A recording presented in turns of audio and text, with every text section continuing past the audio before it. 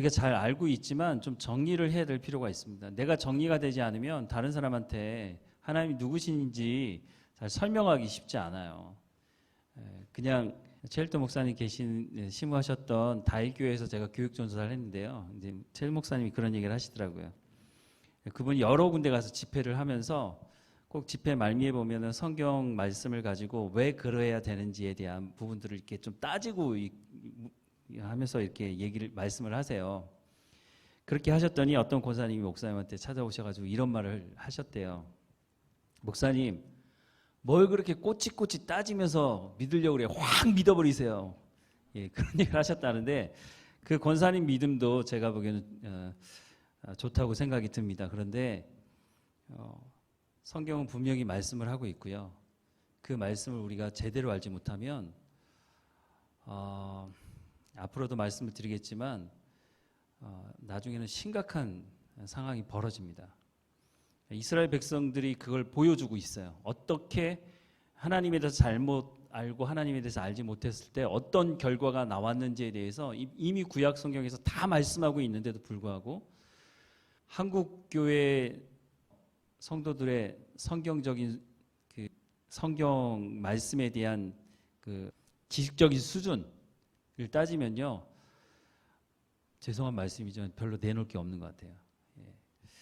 제가 신대원에 처음에 딱 들어갔는데 신대원에서 교회사를 가르치시는 차정순 교수님이라고 있어요. 은퇴하셨는데 그분이 첫 번째 시간에 그분이 교회사 가르치시는 분인데 성경에 대해서 얘기하시면서 뭐라고 말씀을 하셨냐면, 여러분 신대원 다니면서 한 달에 한 번씩 성경 읽으라고 얘기를 하시더라고요.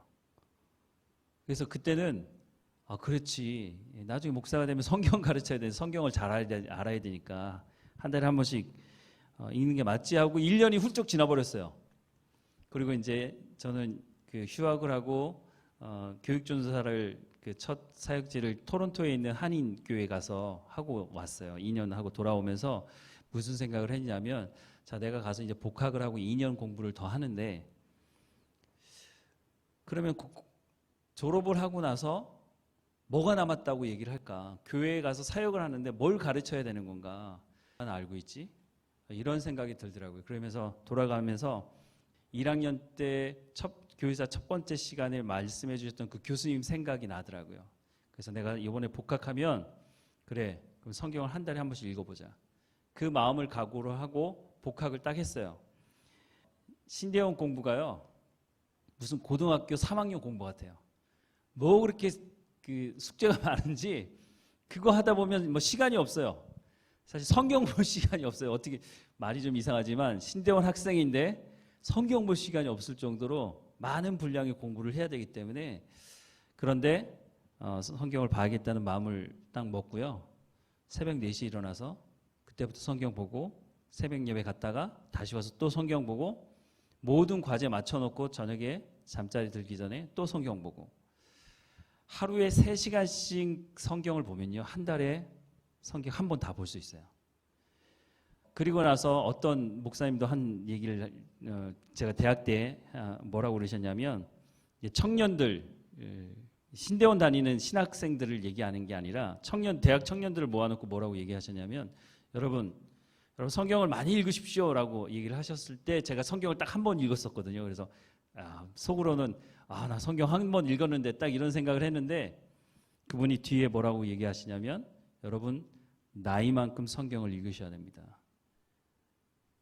그 얘기를 듣고 한 달에 한 번씩 성경을 읽기 시작하면서 제 나이만큼 성경을 읽기 시작했어요. 그러니까 성경이 이제 조금 보여요. 구약에서 이 말이 신약에서 이렇게 되는 거구나. 하나님께서 왜 그렇게 말씀하셨는지를 그때부터 조금씩 알아가기 시작했습니다.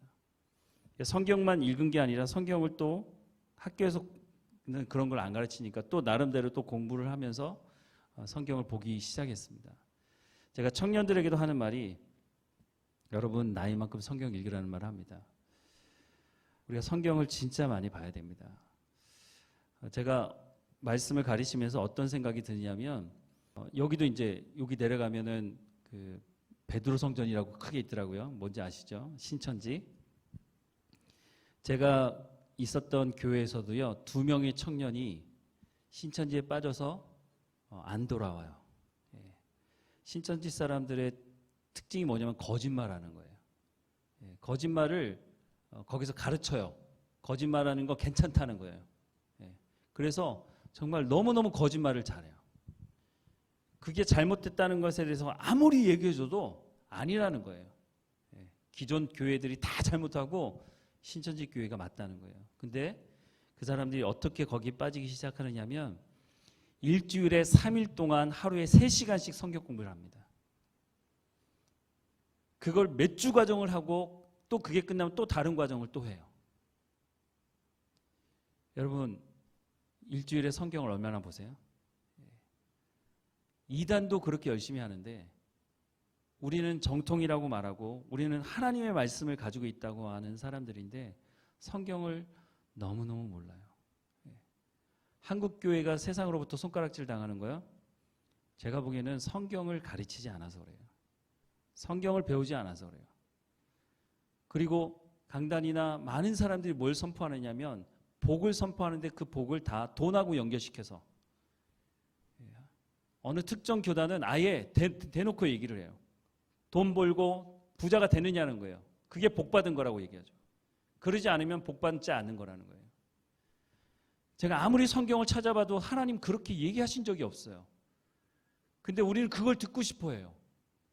우리가 하나님에 대해서 보지만 성경에 하나님이 이런 분이라고 얘기하는 거 별 관심 없어요. 그냥 돈 많이 주고 내가 그냥 사업하면 뻥뻥 터져서 무조건 하여튼 잘 먹고 잘 사는 거. 화장실 1개 사는 집에서 있는 집에서 화장실 2개 있는 집으로 가는 게 최고의 관심사예요. 아예 저한테 기도 제목을 얘기하실 때 어떤 분들은 내가 산 집가 모르게 해달라고 기도를 해요. 기도 부탁을 해요. 제가 이제 부목사로 있을 때라 그 다음 말은 못했어요. 권사님, 그러면 그 집값 오르면 그걸로 뭐 하실 거예요? 그러면 아마 목사님, 담임 목사님한테 얘기해가지고 저를 불러다가 뭐라고 얘기했겠죠. 우리의 최대 관심이 하나님에게 없어요. 근데 그런 모든 모습이 사실 구약 성경에 이스라엘 백성들이 다 보여주고 있어요. 그 사람들이 그렇게 해서 어떻게 실패하고 어떻게 하나님을 멀리하고 우상을 섬기고 망해갔는지를 이미 다 말씀해주고 있는데 우리는 그거 보지 않아요. 덮어놓고 믿어요. 한국교회 성도들의 믿음이 진짜 좋아요. 진짜 너무너무 좋아요. 어느 정도로 좋냐면 덮어놓고 믿어요. 성경 안 봐요. 자기가 믿고 싶은 거 믿어요. 근데 참 안타깝고 가슴 아픈 건 뭐냐면 강단에서 뭐라고 선포하냐면 그 사람들의 마음에 합한 것을 얘기해줘요. 예수님을 섬겼던 부자들이 있어요. 예수 믿으면 모든 사람들이 가난하게 살아야 된다? 저는 그렇게 말하고 싶지 않아요. 성경이 그렇게 말하고 있지 않아요.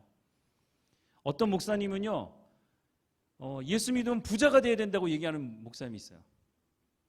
또 반대편으로는요, 예수 믿으면요, 청빈하게 가난하게 살아야 된다고 말하는 목사님도 있어요. 제가 보기엔 둘 다 틀렸어요.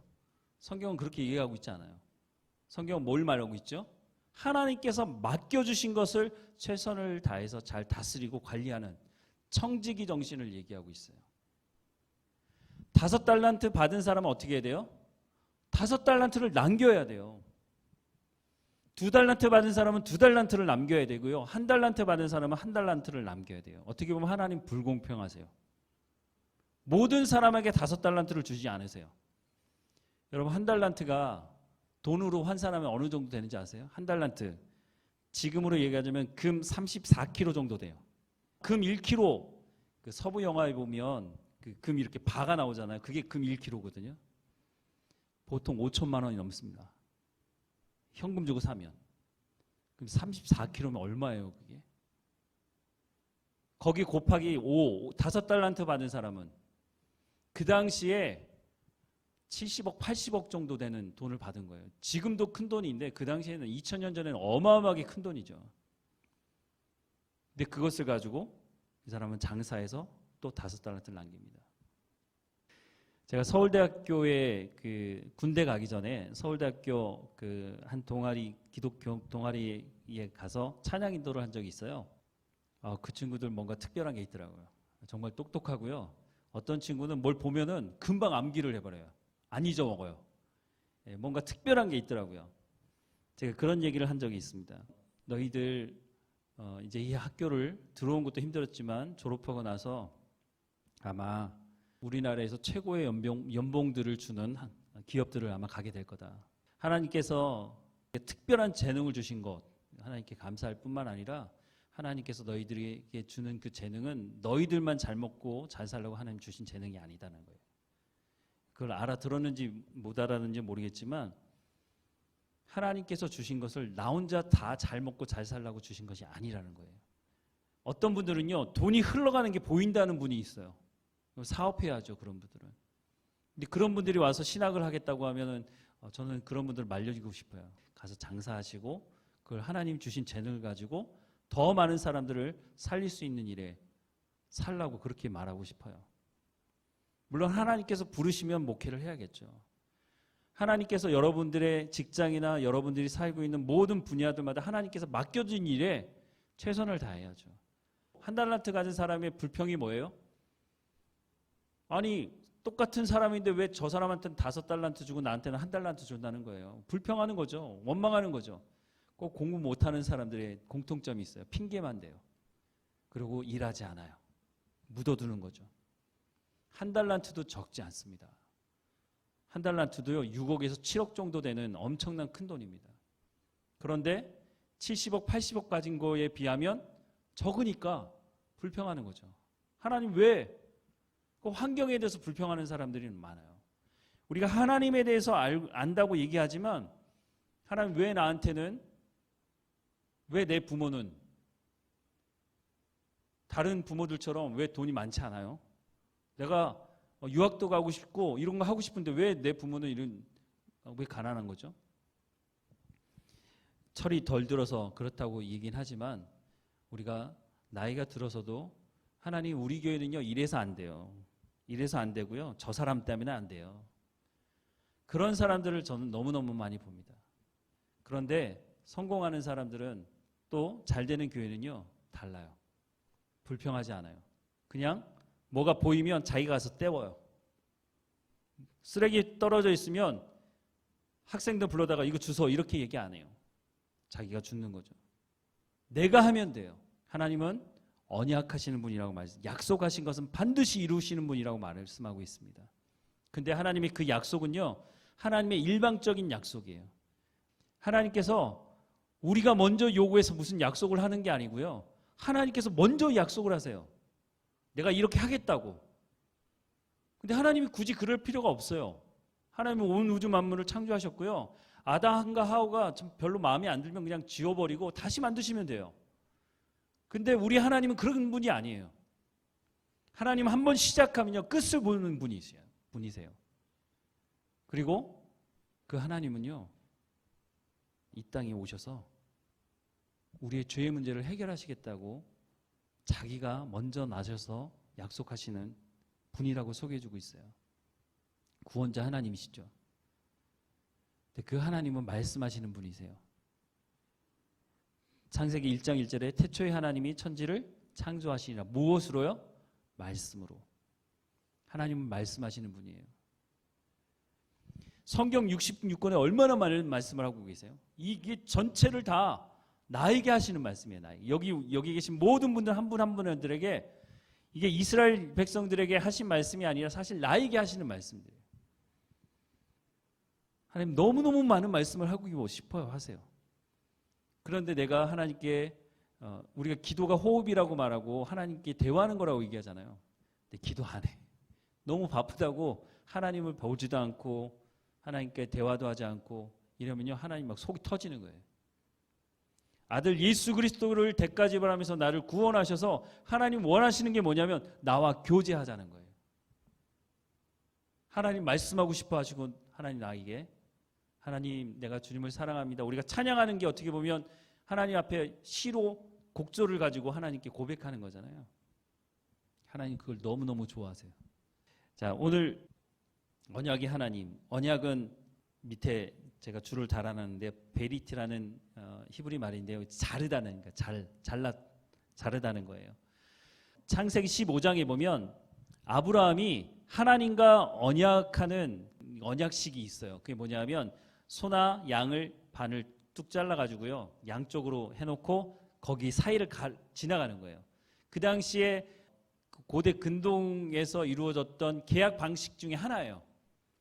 이게 뭐냐면, 자, 당신하고 나하고 계약을 하는데 만약에 계약이 깨는 사람이 있다. 그러면 어떻게 된다는 거죠? 지금 이 소나 양을 반으로 쪼갠 것처럼 당신 그렇게 된다는 거예요. 너무 계약이 살벌하죠. 근데 지금 하나님께서 아브라함과 언약하셨던 창세기 12장부터 약속하셨던 그 말씀을 이제는 제사의 방법으로, 그 당시에 뭐 도장을 찍는 것도 아니고 이 제사의 방법으로 하나님께서 보여주시는데 바로 그것이 바로 언약의 기초인 거예요. 하나님께서 만약에 언약을 지키지 않으시면 하나님께서 이렇게 소나 양을 가르는 것처럼 그렇게 될 수 있다는, 서로에게 그 말씀을 하는 그 언약식을 진행을 합니다. 이 언약은 너무너무 중요합니다. 창세기에 어떻게 보면 핵심적인 단어 중에 하나입니다. 언약. 하나님께서 약속하신 것.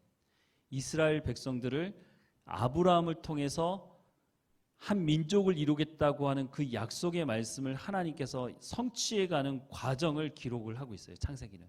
그 이후도 마찬가지지만. 근데 그 시간이 얼마나 걸렸죠? 대략 600년이 넘게 걸렸어요. 아브라함에게 얘기하시고 난 이후에 아브라함, 이삭, 야곱, 요셉 시대를 지나서 요셉부터 해가지고 430년이잖아요. 최소한 600년 넘게 걸렸어요. 여러분, 이 약속을 믿을 수 있나요? 아브라함에게 약속해놓고요, 아브라함에게 그래도 뭔가 보여주셔야죠. 근데 나중에 자기가 죽어서 묻힐 땅 외에는 아무것도 가진 게 없어요. 후손은요, 이삭 한 사람 주고. 무슨 이게 민족이에요. 땅이 있고 사람이 있어야 민족을 이루죠. 근데 하나님께서 어떻게 하세요? 시간이 지나고 나서 반드시 그걸 성취하신다는 것을 보여주고 있습니다. 예수님은 언제 오셨습니까?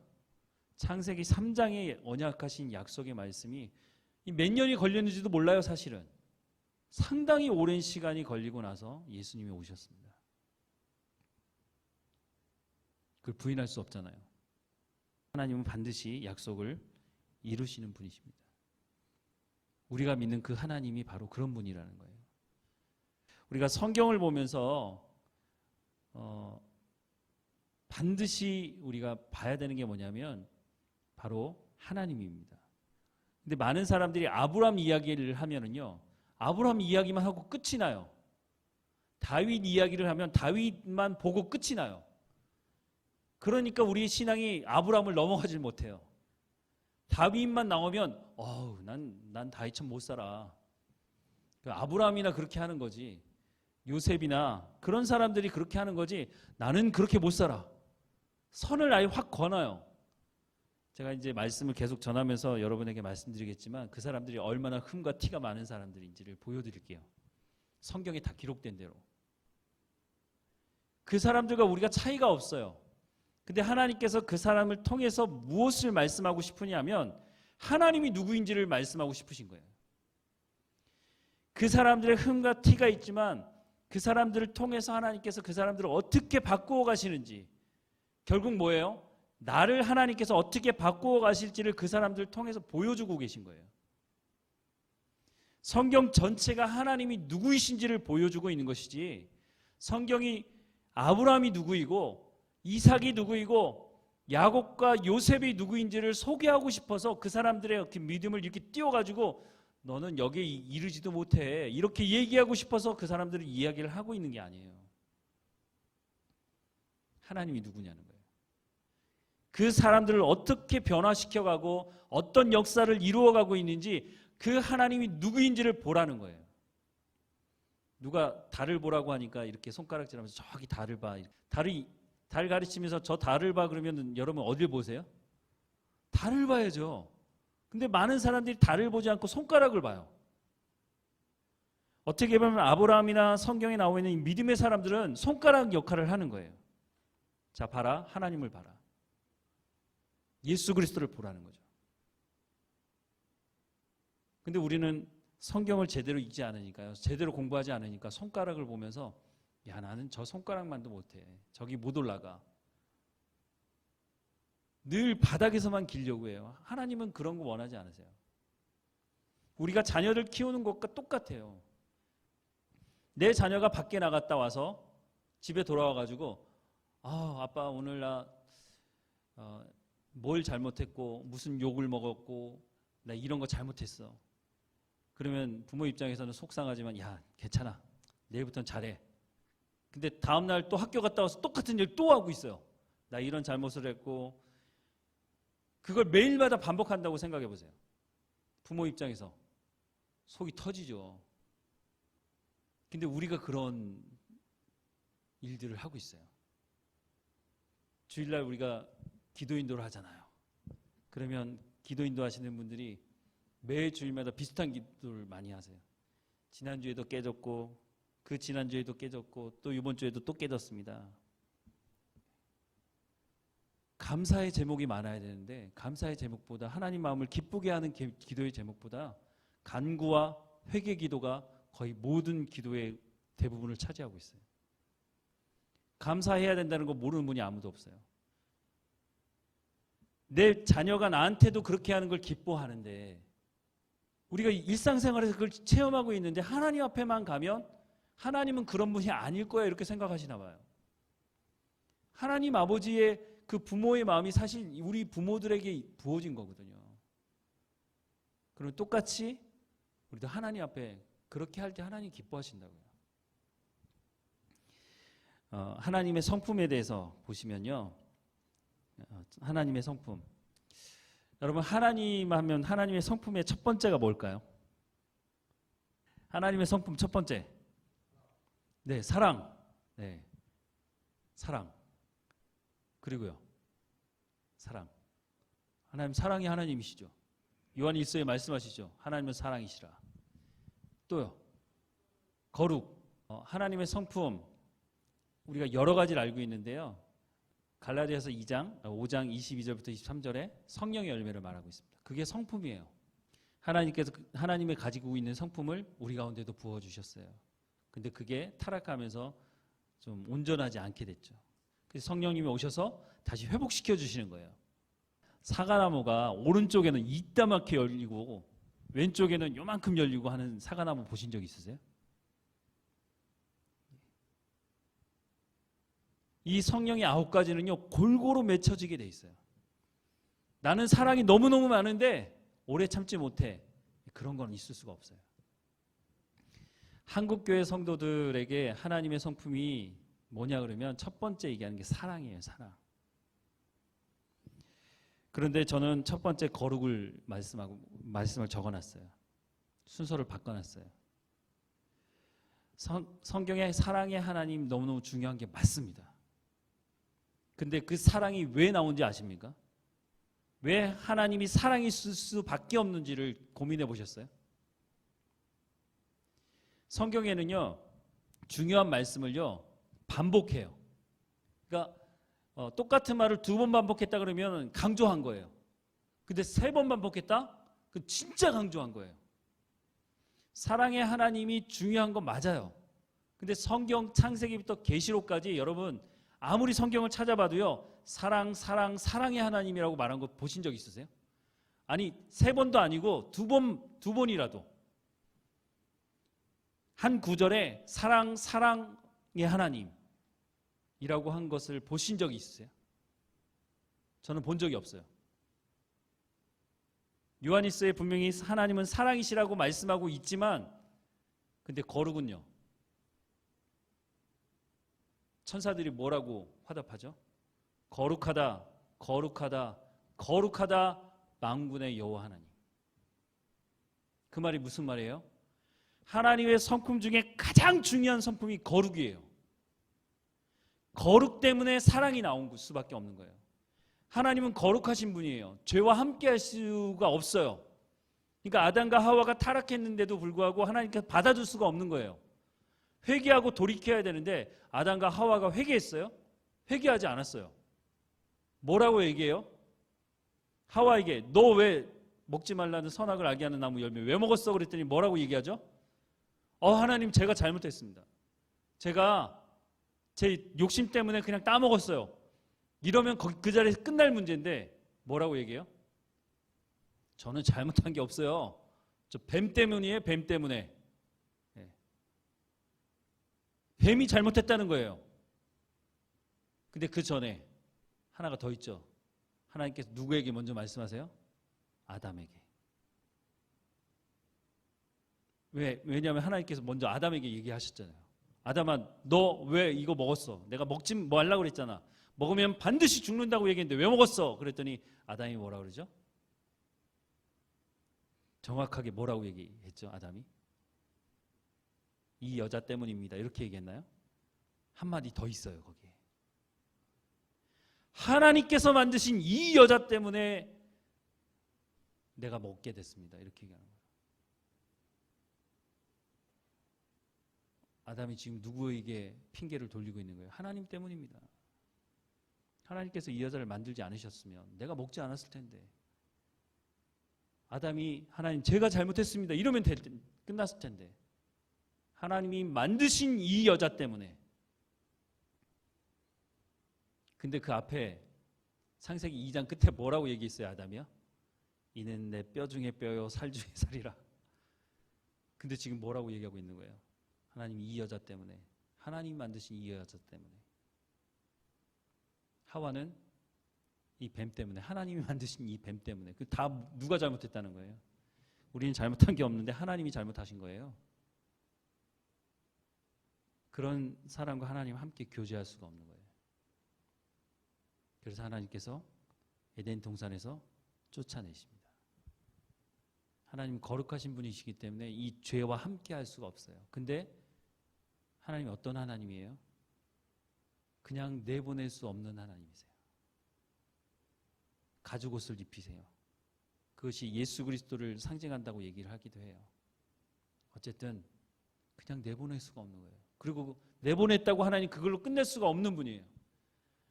어떻게 해서든지 이 사람들을 다시 거룩한 가운데로 초대하고 싶은 분이 하나님이세요. 그래서 예수님이 오실 수밖에 없었던 거예요. 이 거룩함을 하나님 포기할 수 없기 때문에 사랑 때문에 거룩을 포기할 수 없는 분이세요. 하나님은.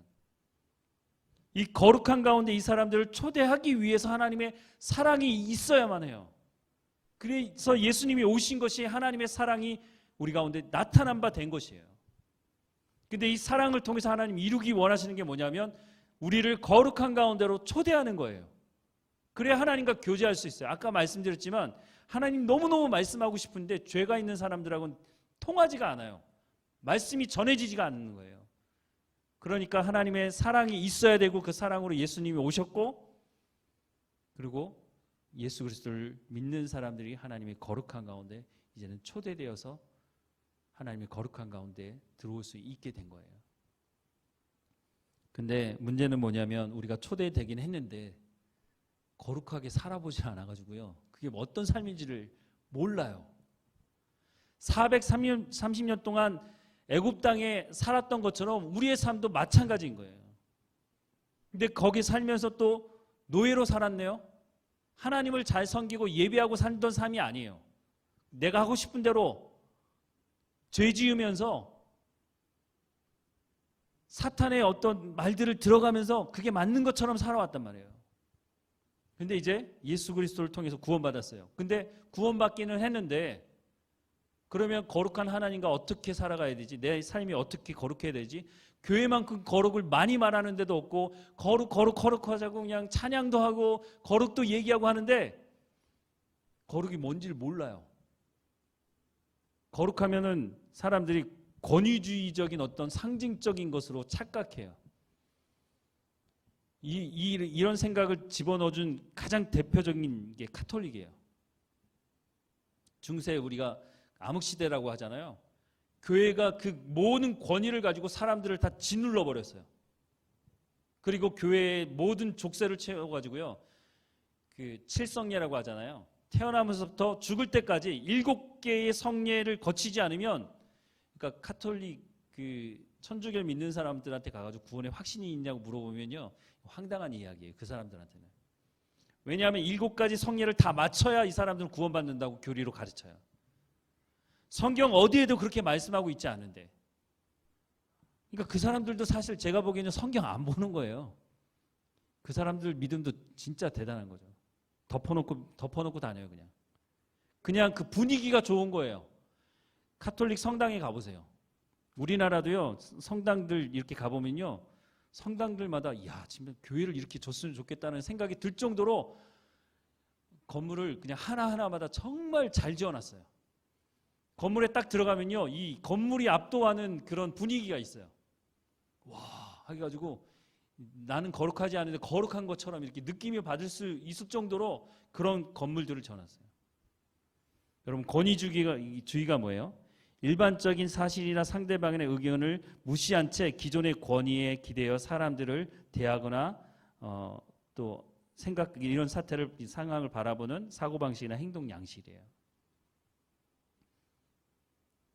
이게 거룩이라고 착각해요. 거룩이 뭡니까? 이렇게 물어보면요, 점잖은 거. 예, 이 성경책도 그냥 들면 안 돼요. 그냥 이렇게 가슴에 탁 두고 이렇게. 기도는 어떻게 해야 돼요? 어떻게 한 게 기도를 어떻게 하면 거룩한 거예요? 두 손 탁 모으고 무릎 꿇고 정자세에서. 거룩에 대해서 성경이 말하는 거룩이 아니라 거룩은 이럴 거야 라고 생각을 해서 만들어놔요. 막 다. 여러분, 내이기를 읽어보세요. 내이기 전체가 거룩이 무엇인지를 말씀하고 있어요. 근데 그 중에 뭐가 있다고 그랬어요? 장애인을 도와주는 거. 하나님이 말씀하시는 거룩이 그런 거예요. 이웃이 어려움 당하고 있을 때 가서 도와주는 거예요. 장사하는 사람은 저울을 속이지 않는 거예요. 성경이 나와 있는데 왜 가르치지 않는 거예요? 그러니까 사람들이 그게 거룩이라고 생각 안 하는 거예요. 뭔가 점잖아서 그런 것만 거룩이라고. 근데 성경책 어디에 봐도 그렇게 말씀하고 있지 않거든요. 거룩은 딴 나라 이야기가 아니고요, 우리 일상의 삶에 얼마나 밀접한 관계를 가지고 있는지 몰라요. 그 말은 무슨 말이에요? 하나님이 우리의 일상의 삶에 정말 깊이 관여되어져 있다는 것을 말씀하고 있는 거예요. 하나님은 예배당에 와서만 만날 수 있는 분이 아니에요. 하나님께서 공동으로 모여서 예배 드리라고 말씀하고 있기 때문에 우리가 모여서 예배하며 찬양하고 하나님 말씀을 들어요. 그러면 여러분 가정에는 하나님이 없어요? 여러분의 일터에는 하나님이 계시지 않아요? 진짜 하나님을 경험하는 거는요, 예배 현장에서도 경험하지만 그게 삶으로 연장이 되지 않으면 그러면 이제 외식하는 그리스도인 되는 거예요. 교회에 와서는 거룩한 체 하지만 삶의 현장에서는 다른 거예요. 근데 그걸 누가 가장 잘 알아요? 식구들이 제일 잘 알아요. 그러니까 내가 예수 믿는다고 하면서 교회에서 하는 행동과 집안에서 하는 행동이 다르면요, 우리 자녀들이 금방 알아요. 그리고 이 아들이 참아요. 참다가 언제 그게 폭발하죠? 고등학교를 졸업하면 폭발해요. 그래서 아이들이 교회 안 나와요. 말은 안 하지만 속과 겉이 다르다는 거죠. 교회에서는 뭔가 거룩한 것처럼, 우리 엄마 아빠는 교회에서는 절대 욕 안 하는데 집에 오면 야, 이 띠끼야 공부 안 해? 이러면서, 예. 아, 우리 엄마 아빠는 교회에서 있는 모습으로 집에서도 있으면 좋겠다. 예. 분명히 성경은 그것은 외식하는 거라고 말하고 있지만 그건 나한테는 적용 안 되는 거야 라고 생각을 하는 것 같습니다. 레위기 19장 2절에 너는 이스라엘 자손의 온 회중에게 말하여리라. 너희는 거룩하라. 이는 나 여호와 너희 하나님이 거룩함이니라. 이거는 지켜도 되고 안 지켜도 되고 하는 말씀이 아니라는 거예요. 하나님의 백성이 됐다면 이 말씀은 반드시 지켜야 되고 이것이 거룩한 것이고 그것이 바로 하나님과 교제하는 것이라고 말씀하고 있어요. 이 말씀을 예수님이 이 땅에 오셔서 다시 풀어서 또 얘기하시는 거예요. 예화까지 곁들여 가면서 예수님이 그렇게 사세요. 그러니까 내가 너희를 사랑한 것처럼 너희도 사랑하라는 그 말에 제자들이 아무 말 못하는 거예요. 그리고 제자들도 그렇게 살아갑니다. 제자들의 그 삶을 보고 또 그 뒤를 따르는 사람들이 그렇게 같이 살았어요. 초대교회 카타콤 지하에 살았던 사람들이 그렇게 살았어요. 로마는 칼과 창으로 예수 믿는 사람들을 다 잡아 죽이면 끝날 줄 알았어요. 근데 어떻게 됐어요? 약 300년 만에 모든 게 다 뒤집어 엎어졌어요. 로마가 기독교를 받아들여요. 하나님은 거룩하신 분입니다. 그리고 우리를 그 거룩한 가운데 초대하셨습니다. 오늘부터 당장 가셔서 다른 성경보다 내기를 보세요. 쉽지는 않습니다. 근데 보시면 충분히 어느 부분은 이해할 수 있는 말씀이라고 생각이 듭니다. 나중에 내위기에 대한 말씀도 다시 한번 따로 드리려고 합니다. 하나님이 누구이신지 어떻게 보면요, 여러분 나이들이 있으시지만 지금까지 내가 들어왔던 이거 성경에서 말씀하고 있지 않다면 다 접어놓으세요. 그리고 성경의 말씀을 기록하면서 하나님이 이런 분이구나. 하나님은 구원자인데 이렇게 말씀하셨구나. 하나님이 세상을 이처럼 사랑하사 독생자를 주시니 이는 저를 믿는 자마다 멸망치 않고 영생을 얻게 하려 하십니다. 하나님께서 그렇게 얘기하셨구나. 하나님이 나를 구원하시려고 예수님을 보내주셨구나. 다시 한번 하나씩 점검해 보시면 어떨까 하는 생각을 합니다.